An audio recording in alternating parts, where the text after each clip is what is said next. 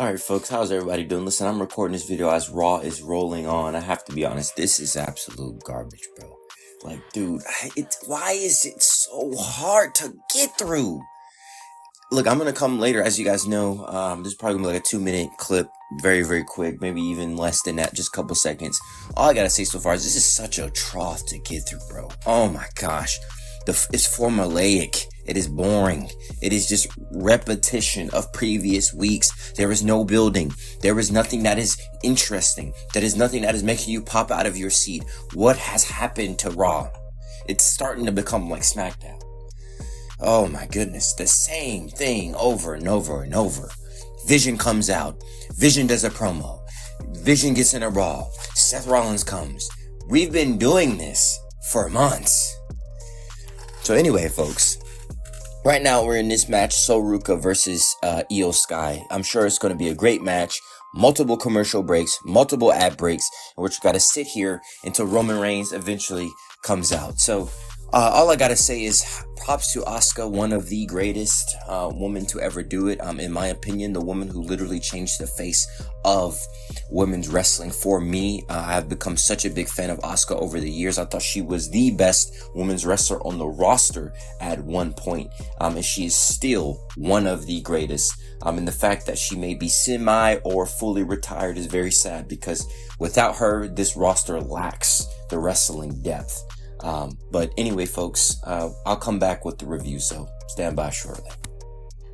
Alright folks, welcome back to another video. Listen, make sure you like, make sure you comment, make sure you subscribe, make sure you do all that good stuff as we go on the road to 400 subscribers. Listen folks, thank you for joining me here today. Welcome back to another video. Listen, I know it's hard. I know life gets hard. I know things weigh down. I know the trials come. Sometimes we feel like we're on top of a mountain. Other times we feel like we're in the valley. Listen, the only thing that matters, yes, your family matters. Yes, your situation matters. Yes, who you are matters. But what matters most important is our lives, is who are we serving?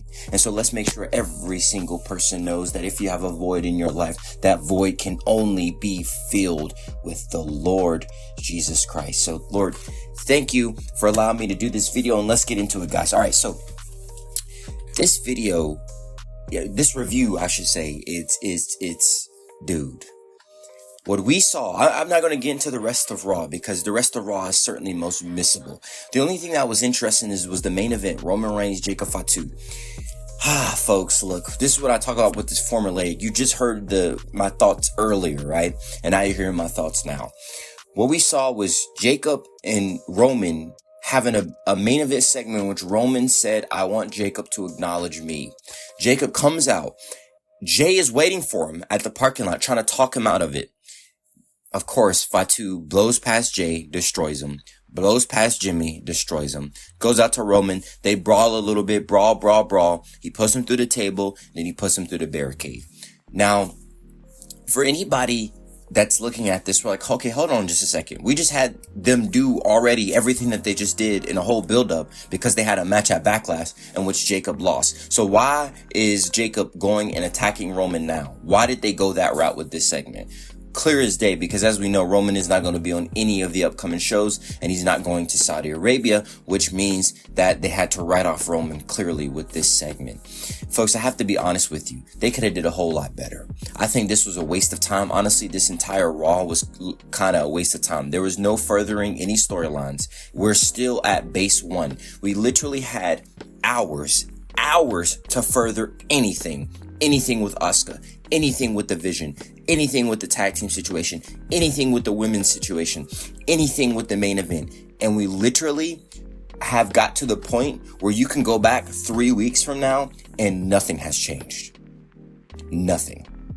And that's just a detriment to how Raw is and how Raw is structured at this current moment. Okay, look, here's my thoughts. The only intriguing thing about this entire Raw was Maxine Dupree. And this is what I mean. Guys, if you've been paying attention, over these past couple weeks, Maxine and Austin Theory have been talking in the backstage segments, right? And it's so interesting because we're seeing Maxine talking with Austin Theory. We're seeing Maxine talking with Austin Theory. And this has happened when Maxine lost that big match against Natalya. We've seen a slow, steady build of Austin Theory talking to Maxine. And today, oh my goodness, this is the only interesting thing of this Raw today. Austin Theory and Logan Paul were leaving, and Jackie Redmond asked them, which is the interviewer backstage, asked them, oh, you know, how do you feel about the upcoming tag match, whatever. And you can barely see it, but if you look to the corner, Maxine Dupree was in the car waiting for Austin Theory. That is interesting, because what does that mean? Does that mean Maxine will start the female branch of the Vision? That could be interesting, in my opinion. Let's get back to the main event. Here's the problem with what they did. The problem is, Roman, if we know Roman needs to be written off TV, they could have did it so many different ways. They could have made the segment better. We just saw Jay and Roman be physical and have an official match. It does not make any sense for Jacob to come out here. I said Jay and Roman, I meant Jacob. For Jacob to come out here and destroy Roman when we just saw Roman destroy Jay at the pay-per-view. What was the purpose? This is why I didn't review Backlash. It was a waste of time, honestly, folks.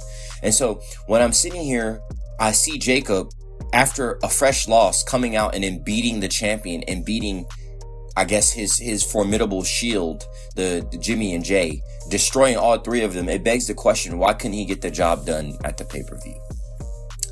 I think they should have went a different route. I think they should have went a verbal route. They could have written off Roman in so many different ways. You did not have to do what they did here. And honestly, I think it was a waste of time. And so now we're going to be subject to Monday Night Raws, where for the next couple of weeks, the main event is, of course, going to be women's matches. And then the only thing that's going to be carrying the main event, so to say, of the show is going to be Jimmy, Jay, and Jacob Fatu. That is what we have to look forward to. No LA Knight. Nowhere to be seen. Don't know where he is. We have nobody who's a bona fide star coming in that way. Then on SmackDown, this whole thing was main eventing. Cody Rhodes, who is oh my gosh, I'm sounding like a broken record, guys. Cody Rhodes, who was the champion, is not even main eventing his own show. And Cody Rhodes, who is the champion, is in a feud. My brain can't even comprehend who he's in the feud with, because who is he in the feud with? Oh, the Ring General Gunther. Yes, folks, that's our cool couple months program. We got Gunther and Cody Rhodes and Jacob Fatu and the Usos. Man, how the mighty has fallen. Do you guys remember a couple of years ago when you had the final boss, The Rock? You had Seth Rollins, you had Cody Rhodes, you had Roman Reigns. Do we remember that? Oh, man. Do we remember? Let's go back to the Ruthless Aggression era. We had The Undertaker going rampant. Do we remember that? And now we're in this stage where everything is an advertisement. I'm going to end this review here because this is getting to a rant. I just want to say this, folks. We saw during the pay-per-view at Backlash where they literally stopped the show, where the two announcers got up and listen, I'm a fan. I love me some root beer. But these two announcers got up and said, guys, we don't know what's better than blah, blah, blah, blah. And they turned around and they grabbed a root beer and they drunk the root beer on camera to showcase how good it is. They were doing a YouTube review on a wrestling show. Guys, have any of us ever watched Jerry Lawler versus Ric Flair? Have any of us ever watched Shawn Michaels versus The Undertaker? Have any of us watched peak Kurt Angle? Have any of us watched Jeff Hardy in his golden days? Have any of us watched William Regal when he was on his King of the Ring run? Have any of us watched The Undertaker?